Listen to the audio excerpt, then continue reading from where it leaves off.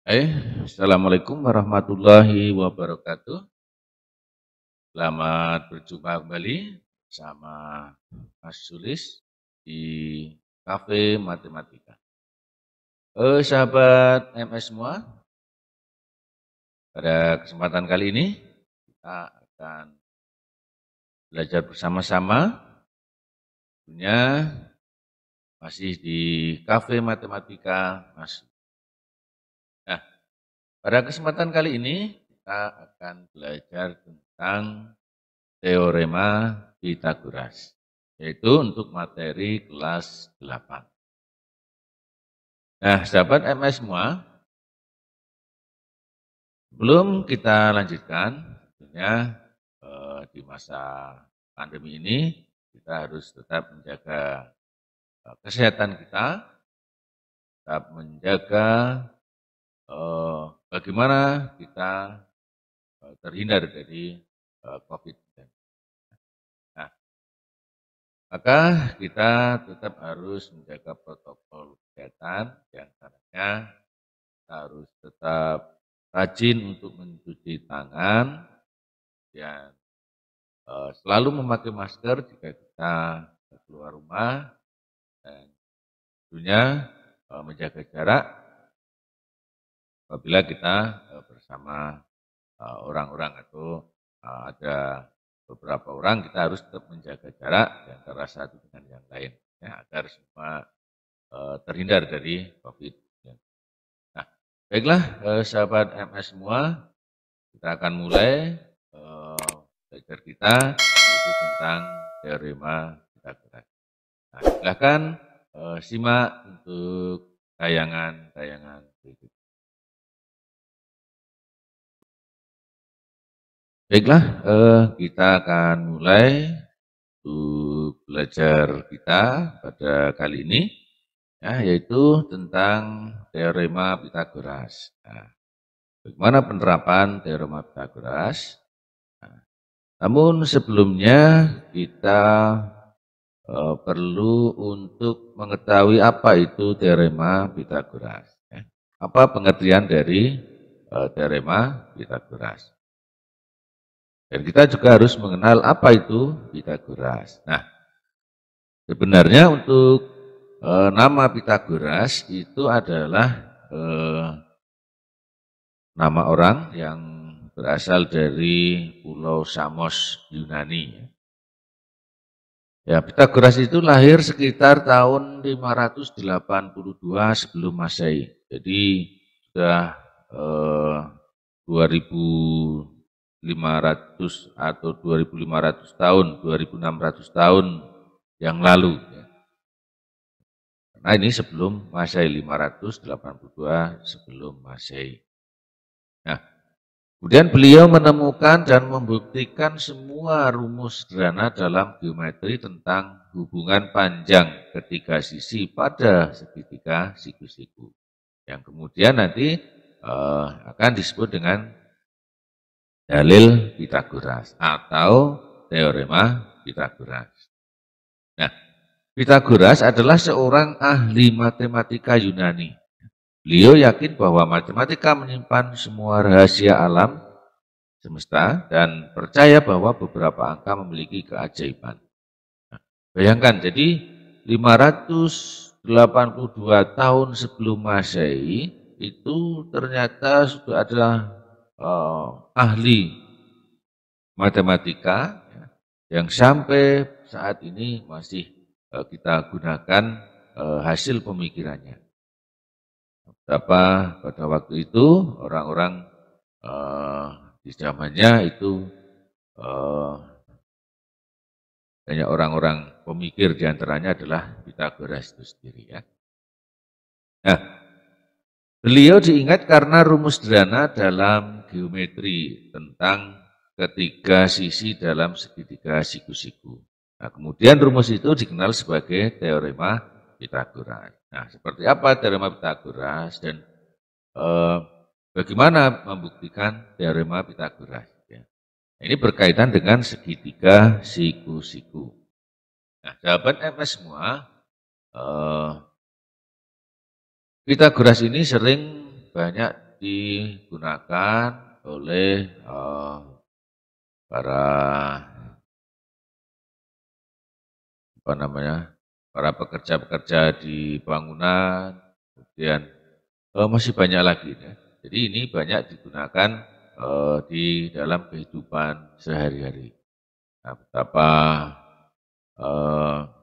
pintarnya ya Pythagoras pada waktu itu ya sebelum Masehi sudah bisa menemukan suatu dalil atau teorema ya, yang dinamakan dengan teorema Pythagoras. Nah, teorema Pythagoras itu diberikan ya nama yang diberikan untuk menghormati penemu dari dalil Pythagoras itu sendiri. Ya. Nah, baik tentang teorema Pythagoras. Jadi untuk memahami pengertian dari teorema Pythagoras, maka mari kita coba untuk memperhatikan gambar di bawah ini ya. Nah, ini ada sebuah persegi ya. Sebuah persegi, kemudian ada 4 buah segitiga yang sama ya. 4 buah segitiga yang sama, kemudian di tengahnya ada persegi juga. Nah, ukuran-ukuran dari persegi ini yaitu di sini ya segini ini adalah panjangnya A, kemudian ini B ya. Ini A, ini B, ini A, ini B ya, dan seterusnya. Nah, sehingga panjang dari sisi persegi ini adalah A ditambah B. Sedangkan untuk segitiganya, ya, segitiga siku-siku ini, ya, karena persegi itu kan titik sudutnya adalah siku-siku, maka ini membentuk segitiga siku-siku. Yang panjang sisi siku-sikunya adalah A dan B. Nah, kita misalkan sisi yang miring ini, ya, sisi yang miring ini panjangnya adalah C. Nah, C. Karena ini adalah sebuah persegi, maka luas persegi yang di tengah ini adalah C kuadrat. Nah, tentunya C kuadrat ini ya diperoleh dari luas seluruh persegi yang besar ini dikurangi 4 segitiga ya, dikurangi luas 4 segitiga. Nah, secara detailnya C kuadrat ini, luas ini itu seberapa? Ya, jadi karena kita mengetahui bahwa ini C kuadratnya adalah luas persegi besar dikurangi luas 4 buah segitiga. Nah, kalau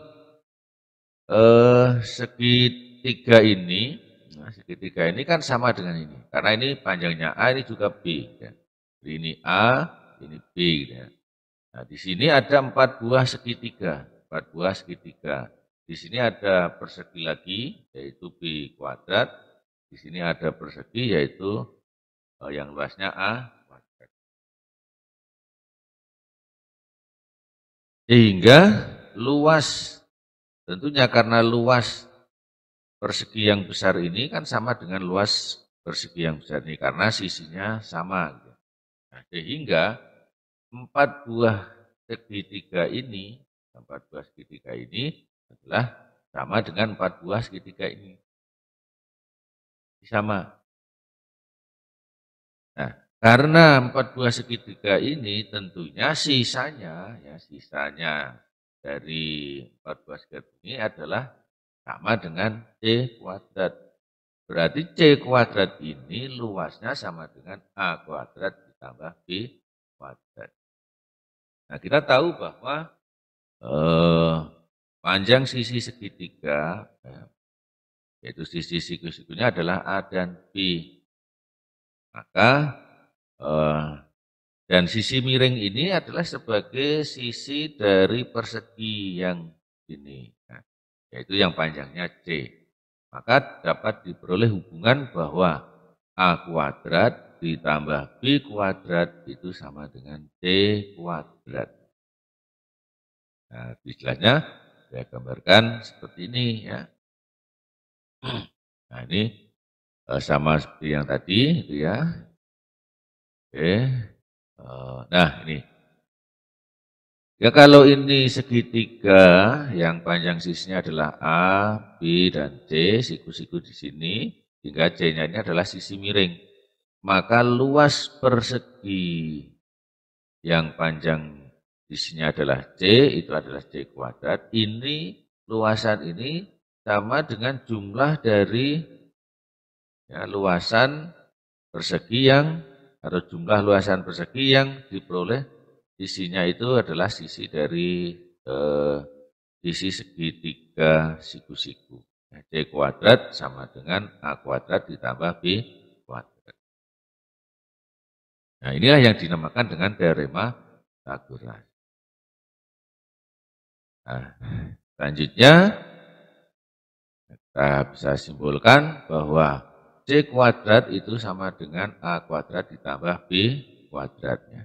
Jadi ini C dikuadratkan sama dengan A kuadrat ditambah B kuadrat. Atau bisa kita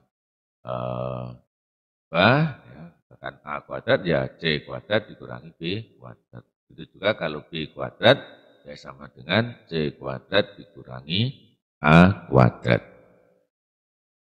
Nah, rumus ini ya, ketika rumus ini yang identik ini disebut dengan teorema Pythagoras. Disebut dengan teorema Pythagoras. Nah, jadi ya, dari segitiga ABC, nah ini kan sisinya AB, nah, AC dan BC, maka ini juga berlaku seperti ini ya. BC kuadrat sama dengan AB kuadrat ditambah AC kuadrat. Atau AB kuadrat sama dengan BC kuadrat dikurangi AC kuadrat. Atau AC kuadrat sama dengan BC kuadrat dikurangi AB kuadrat. Ini pun juga disebut dengan teorema Pythagoras. Kalau yang tadi itu sisinya, panjang sisinya. Itu adalah dilambangkan dengan huruf kecil. Nah ini sisinya ya, dari ruas garis yang diperoleh dari titik sudut. Nah, ini pun juga disebut dengan teorema Pythagoras. Nah, sehingga dapat kita simpulkan dengan kata-kata ya, untuk setiap segitiga siku-siku selalu berlaku. Jadi untuk setiap segitiga siku-siku berlaku luas persegi pada hipotenusa. Nah ini pada hipotenusa. Apa itu hipotenusa? Hipotenusa itu adalah sisi miring ya. Akan dicatat ya. Hipotenusa itu adalah sisi miring. Luas persegi pada hipotenusa sama dengan jumlah luas persegi pada sisi yang lain, yaitu sisi siku-sikunya. Artinya sisi miring itu dibuat sebagai sisi dari persegi. Nah, itu luasnya, luas persegi itu sama dengan kalau persegi yang jumlah luas persegi yang sisi-sisinya itu terbentuk dari sisi yang lain dari segitiga siku-siku. Atau dengan kata lain, ya, kuadrat sisi miring, hipotenusa kan sisi miring ya, kuadrat sisi miring sama dengan jumlah kuadrat sisi yang lain atau sisi siku-sikunya. Nah itu yang disebut dengan teorema Pythagoras. Nah, ini kata-kata seperti ini disebut dengan teorema Pythagoras. Nah, jadi ini untuk setiap segitiga siku-siku. Ya. Entah sisi siku-sikunya itu panjangnya berapa, yang penting itu segitiga siku-siku, maka berlaku seperti ini. Oke, bisa dipahami ya, sahabat. Baik, kita lanjutkan. Bagaimana kegunaan teorema Pythagoras? Di kegunaan teorema Pythagoras itu banyak sekali, diantaranya pada bidang datar misalkan. Ya. Pada bidang datar ini ada persegi panjang yang sisinya AB dan BC. Nah, sehingga kita bisa menentukan panjang diagonal AC. Nah, jika diperoleh AC kuadrat sama dengan AB kuadrat ditambah BC kuadrat. Begitu dan seterusnya, sama seperti yang tadi ya. Nah, kemudian yang kedua, pada bangun ruang, misalkan balok gitu ya, kita akan mencari panjang diagonal ruang. Nah, panjang diagonal ruang bagaimana ini? Nah, jadi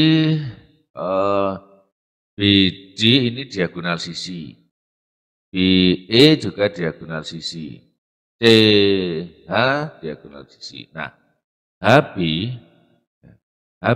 ini adalah diagonal ruang. Berapakah panjang atau bagaimana mencari panjang diagonal ruang pada kubus atau pada balok gitu ya. Misalkan balok ini panjangnya P, lebarnya L dan tingginya T. Kita akan mencari panjang HB misalkan. Nah, diagonal ruang HB maka diperoleh dari ya karena segitiga HDB itu kan siku-siku di sini ya di D. Maka HB kuadrat sama dengan BD kuadrat ditambah DH kuadrat. Karena HB ini sisi miring. Sisi sikunya adalah BD dan DH. Karena BD kuadrat ya, BD kuadrat ini kan juga sisi miring dari segitiga BAD. Ya. Maka BD kuadrat sama dengan AB kuadrat ditambah AD kuadrat. Nah, sehingga ini bisa diganti dengan ini. Ya. Maka HB kuadrat sama dengan AB kuadrat ditambah AD kuadrat diperoleh dari sini tadi. Ini kan BD tadi. Ya. BD ini diganti dengan ini. Ya. AB kuadrat ditambah AD kuadrat ditambah DH kuadrat. Sehingga panjang HB ya, panjang HB itu ya, karena ini HB kuadrat maka HB sama dengan akar. Akar dari apa? Yaitu P. AB kuadrat itu P kuadrat. P kuadrat tambah L kuadrat tambah T kuadrat. Nah, ini panjang diagonal ruang dari suatu balok. Nah, ini teorema Pythagoras bisa digunakan untuk mencari panjang diagonal ruang. Nah, terus selanjutnya, bagaimana ini sudah bisa dipahami ya. Nah, sekarang untuk selanjutnya, misalkan pada kerucut. Kerucut itu berarti bangun ruang sisi lengkung. Nah, ini ada kerucut CAB. Nah, ini yaitu diameternya adalah AB. Nah, kalau titik C ini kita tarik ke bawah, maka ini membentuk sudut siku-siku ya, BEC atau AEC ini adalah siku-siku. Sehingga kita bisa kalau ini diketahui ya jari-jari atau diameternya ini berada di tengah-tengah, maka kita bisa mencari garis pelukisnya ataupun tingginya ya. Jika ada dua yang diketahui. Tinggi kerucut sama dengan CE, ya berarti CE kuadrat sama dengan AC kuadrat dikurangi AE kuadrat. Nah, kalau AC ini adalah garis pelukis diketahui. Ya. Nah, maka tingginya bisa dicari. Karena CE kuadrat sama dengan AC kuadrat dikurangi AE kuadrat, maka CE kuadrat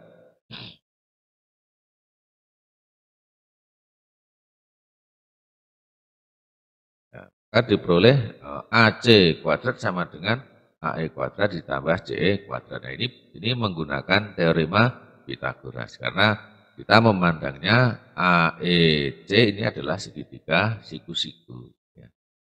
Oke. Saya kira masih cukup mudah ya. Oke, kita lanjutkan. Misalkan ini pada limas. Nah, limas. Limas ABCD E atau E ABCD. EF ini adalah tinggi. Kemudian AC diagonal alasnya. Nah, berarti EF ini berada di tengah-tengah AC. Nah, kemudian kita akan mencari panjang EG. Ya. EG ini berada di tengah-tengah. Nah, tinggi limas, ya, tinggi limas EF kuadrat sama dengan EG kuadrat dikurangi FG kuadrat. Karena EF kuadrat sama dengan EG kuadrat dikurangi FG kuadrat, maka bisa diperoleh FG kuadrat sama dengan EG kuadrat dikurangi EF kuadrat. Atau EG kuadrat sama dengan EF kuadrat ditambah FG kuadrat. Ini berlaku teorema Pitagoras. Ya. Jadi teorema Pitagoras ini banyak sekali manfaatnya. Jadi sering digunakan dalam menyelesaikan permasalahan bangun ruang. Ya. Entah bangun ruang maupun bangun datar. Ini untuk teorema Pitagoras ini jangan sampai tidak dipahami ya. Jadi silahkan dipahami untuk teorema Pitagoras ini. Karena memang nanti itu sangat diperlukan. Baik, kita lanjut pada bidang koordinat. Nah, jadi ada koordinat kartesius bagaimana mencari jarak antara kedua titik. Ya, misalkan begini, titik A dan titik B. Ya, titik A dan titik B, titik A koordinatnya X1, Y1, kemudian titik B koordinatnya X2, Y2. Berapakah jarak AB? Nah, tentunya jarak titik A ke titik B adalah ya, AB kuadrat sama dengan jarak dari sini ke sini kan tentunya X2 dikurangi X1. Jadi X2 dikurangi X1 dikuadratkan ditambah ini Y2 dikurangi Y1. Jadi ini adalah Y2 dikurangi Y1. Jadi AB kuadrat sama dengan X2 kurangi X1 dikuadratkan ditambah Y2 dikurangi Y1 dikuadratkan. Atau AB, nah ini di akar. Akar dari X2 kurangi X1 kuadrat ditambah dengan Y2 kurangi Y1. Nah, seperti itu saya kira masih bisa dipahami ya. Nah, jadi nanti kalau ada dua titik disuruh menentukan jaraknya, maka kita langsung menggunakan titik-titik koordinatnya. Nah, sekarang kita akan menyampaikan tentang contoh soalnya. Ya. Contoh soalnya seperti apa? Ya, misalkan nomor 1, ya, soal nomor 1, ini ada balok ABCD EFGH. Pertanyaannya, ya, sebuah balok mempunyai ukuran panjang 12 cm, ya, lebar 9 cm, dan tinggi 8 cm. Tentukan panjang diagonal ruang EC. Nah, kita ingat tadi, kalau ini P, ini L, ini T, maka panjang EC diagonal ruangnya adalah akar dari P kuadrat ditambah L kuadrat ditambah T kuadrat. Nah, ini ya, so kita bisa membuat bantuan dulu gitu ya. Jadi ini ACE ini segitiga siku-siku. Siku-sikunya di mana? Di A.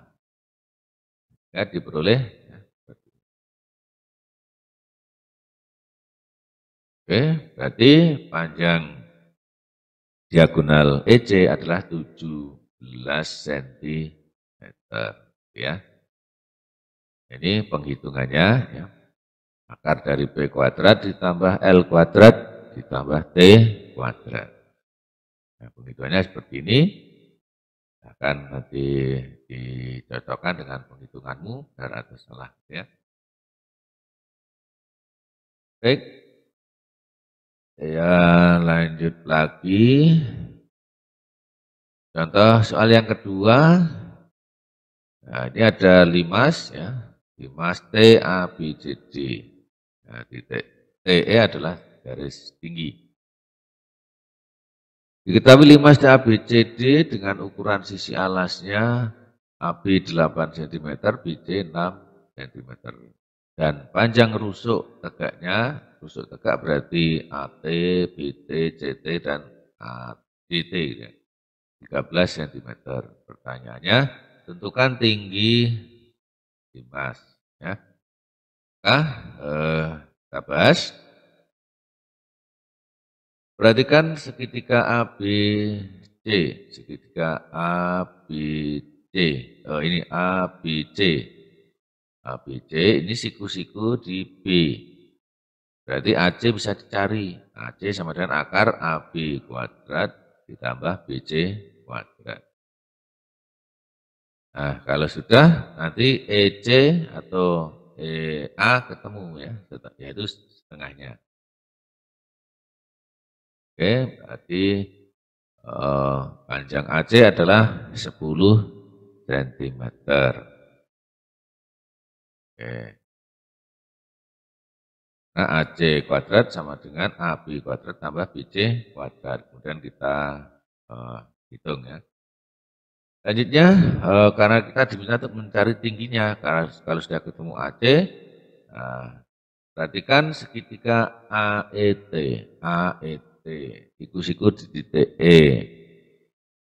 TE sama dengan AT kuadrat dikurangi AE kuadrat. Nah, berarti karena AC-nya 10 berarti AE-nya 5. Nah, AT-nya 13 berarti TE sama dengan akar 13 kuadrat dikurangi 5 kuadrat. Akar 144 atau sama dengan 12 cm. Nah, ini mencari tinggi TE. Nah, gimana? Mudah bukan? Ya, saya kira cukup mudah ya.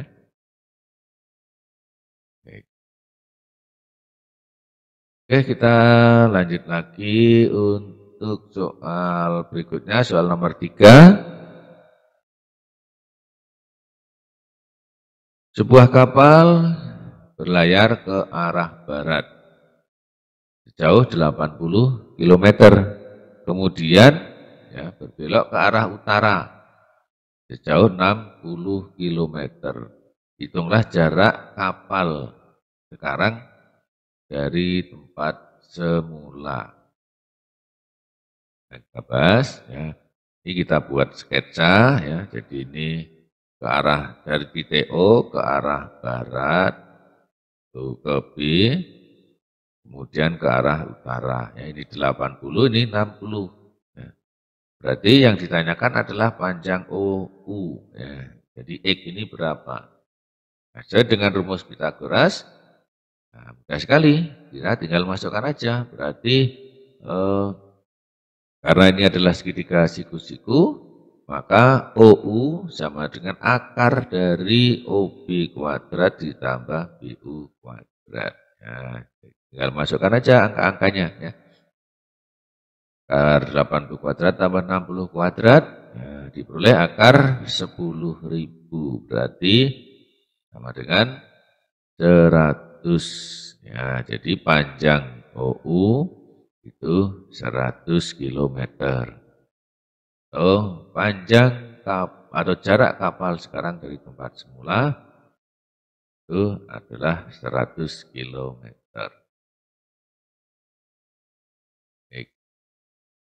Masih bisa dipahami ya. Kita lanjut untuk soal berikutnya. Sebuah kapal berlayar ke selatan sejauh 80 km. Kemudian ke arah barat sejauh 120 km. Ya, dan ke arah utara sejauh 70 km.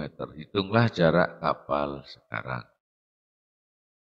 Nah, jarak kapal sekarang dari tempat semula. Nah, sekarang kalau kita bahas ya, jadi kalau kita buat sketsanya dari titik O Nah, dari titik O ke selatan. Ya, itu sejauh 80 km. Kemudian ke arah barat sejauh 120 km. Dan kemudian ke arah utara. Nah, sejauh 170 km. Berarti ini 80, di sini 90. Nah, berapakah jarak kapal sekarang dari tempat semula? Dari O ini jaraknya berapa?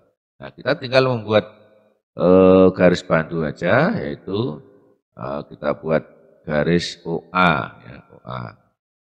Sehingga segitiga OA U itu siku-siku di A. Sehingga kita bisa mencari dari X-nya, yaitu panjang OU dengan menggunakan teorema Pythagoras. Ya, OU kuadrat sama dengan OA kuadrat tambah AU kuadrat. Nah, jadi OU sama dengan akar dari 22.500 atau berapa? OU sama dengan 150 km. Nah, ini adalah jarak dari tempat semula itu 150 km. Baik, saya kira juga masih cukup mudah ya. Soal yang kelima, diketahui tinggi tiang listrik. Tiang listrik itu tingginya diketahui setelah diukur dari permukaan tanah itu 6 meter. Kemudian sebatang kawat dipanjangkan dari puncak tiang, ya, dari puncak tiang listrik ke tanah yang berjarak 4,5 meter dari tiang listrik. Jadi dari tiang listrik ke tanah itu 4,5. Nah, hitunglah panjang kawat yang diperlukan. Nah, kalau kita buat sketsa, jadi ini tinggi tiangnya 6 meter, kemudian jarak dari patok ke tiang itu 4,5 meter. Berapakah panjang kawat yang diperlukan? Ya, X meternya ini berapa? Nah, ini lagi-lagi menggunakan teorema Pythagoras. Nah, sehingga perhatikan segitiga APT, siku-siku di A. Nah, sehingga diperoleh PT kuadrat sama dengan PA kuadrat ditambah AT kuadrat. Nah, ya, 4,5 kuadrat ditambah 6 kuadrat atau sama dengan 20,25 ditambah 36 atau 56,25. Jadi PT sama dengan akar 56,25. Nah, yaitu berapa? Nah, PT-nya adalah 7,5 meter. Jadi panjang kawat yang diperlukan kan itu 7,5 meter. Nah, lagi dengan menggunakan teorema Pythagoras terjawab sudah ya. Jadi teorema Pythagoras ini banyak sekali digunakan ya dalam kehidupan sehari-hari. Maka simak terus pembelajaran tentang teorema Pythagoras ini. Tentunya soal yang ke-6 ya, yaitu masih teorema Pythagoras. Coba perhatikan gambar berikut. Ya. Nah, ini ada apa namanya tiang bendera. Ya, ini kalau kita apa namanya camping ya atau kegiatan pramuka biasa kita membuat seperti ini ya. Nah, tiang bendera dengan ukuran-ukuran seperti ini ya diminta untuk menghitung panjang kawat yang diperlukan untuk mengikat tiang. Ya, jadi ini X dan Y-nya berapa. Ya. Baik, kalau kita bahas, nah ini jadi kalau ini kita ya kita buat sketsa seperti ini 2 meter, 2 meter, Ini X meter, Y meter, dan di sini 3 meter. Berarti kalau kita akan mencari X-nya, berarti menggunakan 2 dan 3. Untuk mencari Y-nya, kita menggunakan 3 dan 4. Ya. Nah, baik, X kuadrat sama dengan 3 kuadrat tambah 2 kuadrat, atau sama dengan 13. Ya, X-nya sama dengan akar 13, atau mendekati 3,6. Kemudian Y-nya, ya, 3 kuadrat tambah 4 kuadrat, kemudian 25, berarti Y-nya sama dengan 5 meter. Nah, jadi panjang kawat 5 meter tambah 3,6. Itu berapa ini? 8,6 meter. Ini baru satu sisi. Kalau dua sisi tinggal kalikan 2. Ya. Tuh. Di panjang kawatnya ini ya 8,6 meter. Nah, ini satu sisi, maka kalau dua sisi berarti dikalikan 2, yaitu berapa? 17,2 meter. Panjang kawat seluruhnya yang diperlukan itu 17,2 meter. Oke, demikian sampai di sini. Mudah-mudahan masih bisa dipahami. Bagi sahabat MS yang mungkin baru bergabung, ya silahkan untuk subscribe dulu ya, biar nanti ketika saya mengupload materi-materi berikutnya, kalian tidak perlu untuk mencari linknya, kalian akan mendapatkan notifikasi atau diingatkan di YouTube kalian. Ya, kalau kalian subscribe, dan jangan lupa kalau ini bermanfaat bagi kalian, silahkan like juga. Ya. Dan apabila kalian peduli dengan teman Anda, silahkan di-share ke teman Anda biar video ini bermanfaat bagi orang lain. Ya. Tentunya saya ucapkan selamat untuk kalian dan sukses ke depannya. Jangan lupa yang belum subscribe, tetap subscribe dan silahkan di-share ke teman Anda. Ya. Boleh kalian juga komen, ya, komen di bawah ini. Ya. Mungkin ada masukan-masukan atau mungkin ada permintaan-permintaan untuk membahas materi apa. Ya. Tapi ini materi yang kita bahas ini adalah materi di semester 2. Ya, semester 2 kelas 8. Baiklah, tidak terlalu lama. Tentunya nantikan video-video berikutnya masih di channel Mas Sulis atau di Cafe Matematika Mas Sulis. Sekian, assalamualaikum warahmatullahi wabarakatuh. Dadah.